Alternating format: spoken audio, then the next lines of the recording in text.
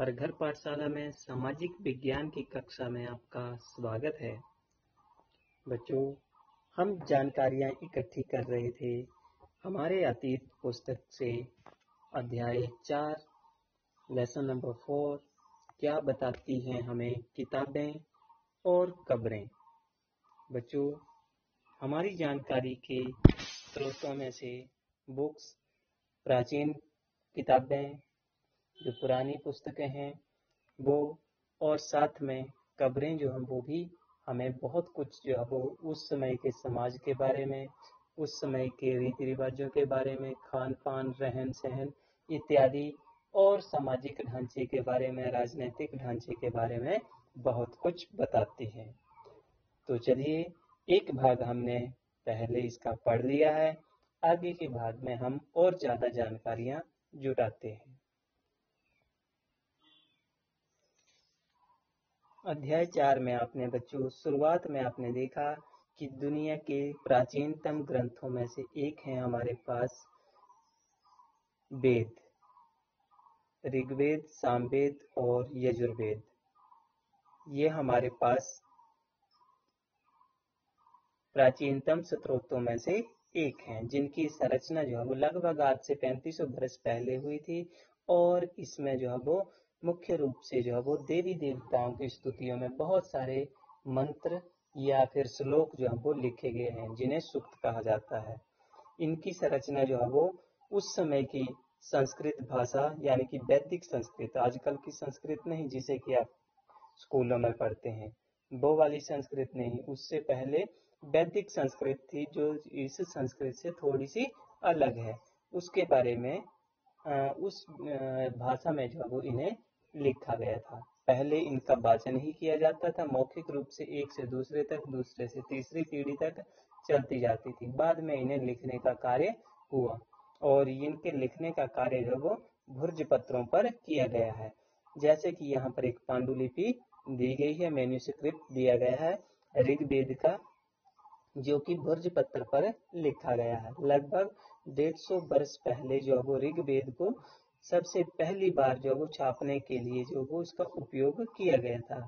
इसी पांडुलिपि को देखकर अंग्रेजी अनुवाद तैयार किया गया है, और ये पांडुलिपि जो वो आज भी पुणे महाराष्ट्र के एक पुस्तकालय में सुरक्षित रखी गई है।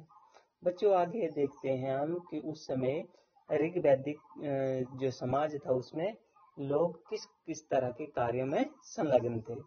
ऋग्वेद में जो वो मवेशियों, बच्चों, खास करके बच्चों में भी पुत्रों के लिए, लड़कों के लिए जो वो, और घोड़ों की प्राप्ति के लिए जो वो अनेक तरह की प्रार्थनाएं लिखी गई हैं। घोड़ों का उपयोग जो है वो रथों को खींचने के लिए, युद्धों में रथों को खींचने के लिए तथा किया जाता था। और इन लड़ाइयों में जो वो मवेशियों को ही जीत कर ज्यादातर लाया जाता था, क्योंकि उस समय जो है वो पशुओं को ही धन के रूप में माना जाता था। लड़ाइयाँ वैसे तो जमीन और पानी के स्रोतों के लिए भी की जाती थी, मगर कई बार जो है वो ये पशुओं के लिए भी की जाती थी। जमीनें जिनमें अच्छे चारागाह होते थे, जहाँ पर अच्छी फसल हो सकती है, जो उपजाऊ भूमि होती थी उसके लिए भी, और जहाँ पर जल्दी तैयार होने वाली फसलें जैसे जौ इत्यादि हैं वो जहाँ जल्दी तैयार होती थी, उन जमीनों के लिए भी लड़ाइयाँ होती थी। पानी के स्रोतों के लिए भी लड़ाइयाँ होती थी, और उन लड़ाइयों में जो बंदी बना लिए जाते थे लोग, उन्हें भी जो है वो बंदी बनाने के लिए भी ये लड़ी जाती थी, या उनको बंदी बनाकर अपने पास गुलामों के तौर पर या दासों के तौर पर रख लिया जाता था। युद्धों में जीते गए धन का कुछ हिस्सा सरदार अपने पास रख लेता था, और कुछ हिस्सा पुरोहितों को दिया जाता था, बाकी आम जनता में बांट दिया जाता था। और कुछ हिस्सा जो है वो यज्ञ हवनों में आहुतियां इत्यादि देने के लिए भी रख लिया जाता था। ये आहुतियां जो थी वो देवी देवताओं को प्रसन्न करने के लिए दी जाती थी।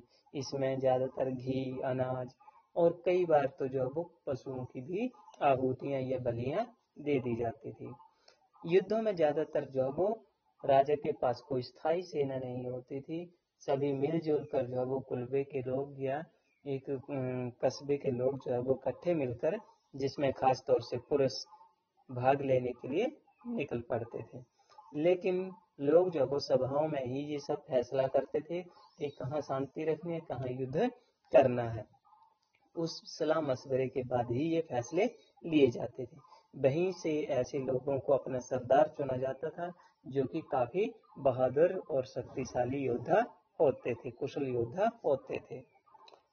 लोगों की विशेषता बताने वाले शब्द, यहाँ पर जो है वो लोगों का वर्गीकरण जो है वो उनके काम, भाषा, परिवार, समुदाय, निवास स्थान और सांस्कृतिक परंपरा के आधार पर किया जाता था। ऋग्वेद में लोगों की विशेषता को बताने के लिए कुछ एक शब्दों का प्रयोग किया गया है जिनका वर्गीकरण जो है वो काम के आधार पर किया गया था। ऐसे दो समूह थे, इनमें से एक कभी कभी जो वो पुरोहित, जिन्हें कि ब्राह्मण भी कहा जाता था, उन जो कि तरह तरह के यज्ञ अनुसंधान करते थे, और दूसरे वो लोग थे जो राजा होते थे।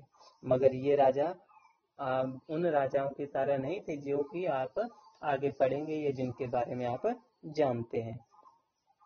ना ही उनके पास कोई महल होते थे, ना कोई राजधानियां होती थी, ना ही उनके पास कोई सेना होती थी, ना ही ये अपने लोगों पर टैक्स लगाते थे, और ना ही राजा के मरने के बाद उसका बेटा राजा बनता था। ये उस तरह के राजा नहीं थे।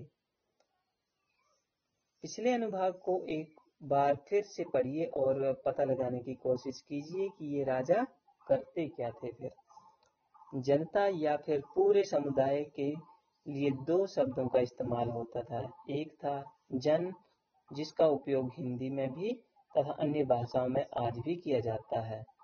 दूसरा था विश, और जिसे कि वैश्य शब्द इसी से निकला है।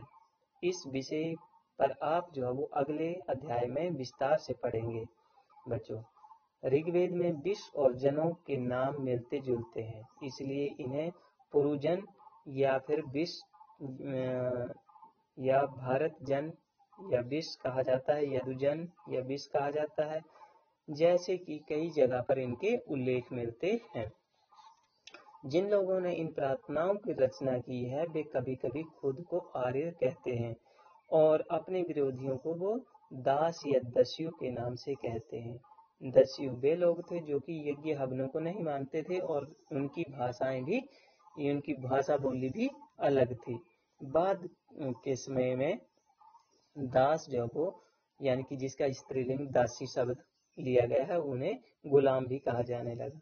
दास वे स्त्रियां और पुरुष होते थे जो कि युद्ध में पकड़ लिए जाते थे और उन्हें बंदी बना लिया जाता था। बाद में उनके मालिकों की मर्जी के अनुसार उन्हें काम करना पड़ता था। वो अपने मालिक की एक किस्म की प्रॉपर्टी या जायदाद की तरह होते थे। जिस युग में उपमहाद्वीप के उत्तर पश्चिम में ऋग्वेद की रचना हो रही थी, उसी समय के दौरान दूसरी जगहों में अलग अलग तरह के विकास हो रहे थे। बच्चों, जिनके बारे में आप आगे भी पढ़ेंगे। एक खामोश प्रहरी कहानी महापाषाणों की।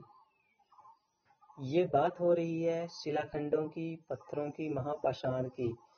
महापाषाण का मतलब है, महा का मतलब बहुत बड़ा और पाषाण होता है पत्थर, के नाम से ये जाने जाते हैं।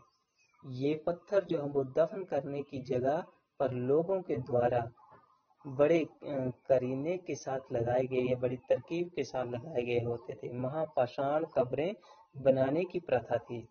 लगभग जो थे वो 3000 बरस पहले हो चुकी थी। पत्थरों की कब्रें बनाई जाती थी ताकि उनका जो रिश्तेदार जो मरा हुआ है उसे पत्थरों के बीच में जो वो सुरक्षित रखा जा सके।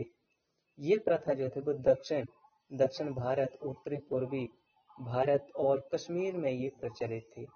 कुछ महत्वपूर्ण महापाषाण पुरास्थल चित्र मानचित्र 2 में दिखाए गए हैं। कुछ महापाषाण जमीन के ऊपर दिखे हैं तो कुछ जो है वो जमीन के नीचे हैं, दबे हुए हैं, जैसे कि आप चित्र में देख सकते हैं।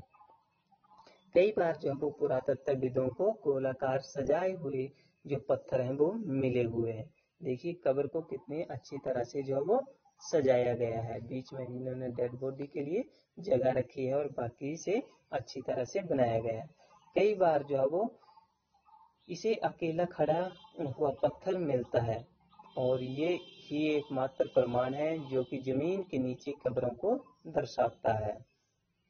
महापाषाण के निर्माण के लिए लोगों को कई तरह के काम करने पड़ते थे और हमने जो कार्यों की सूची बनाई है उनमें उन्हें क्रमबद्ध कीजिए। गड्ढे खोदना, शिलाखंडों को ढोकर लाना और बड़े पत्थरों को तराशना और मरे हुए लोगों को दफनाना, इस तरह के कार्य जो थे वो किए जाते थे।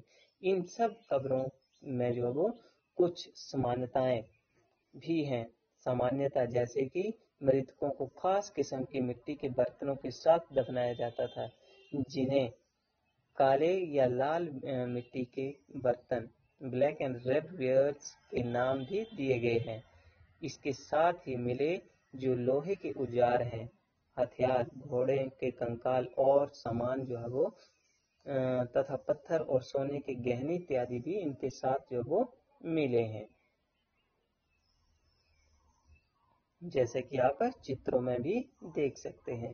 तो उस समय ऐसा इसलिए किया जाता था क्योंकि उस समय के लोगों का ये मानना था कि मृत्यु के बाद भी वो जीवन में विश्वास रखते थे और उनका ये मानना था कि आगे ये सामान जो है, गहने, वस्त्र, आभूषण और घड़ा इत्यादि या मिट्टी के बर्तन जो है वो उन्हें आगे की यात्रा में या आगे के जीवन में काम आएंगे।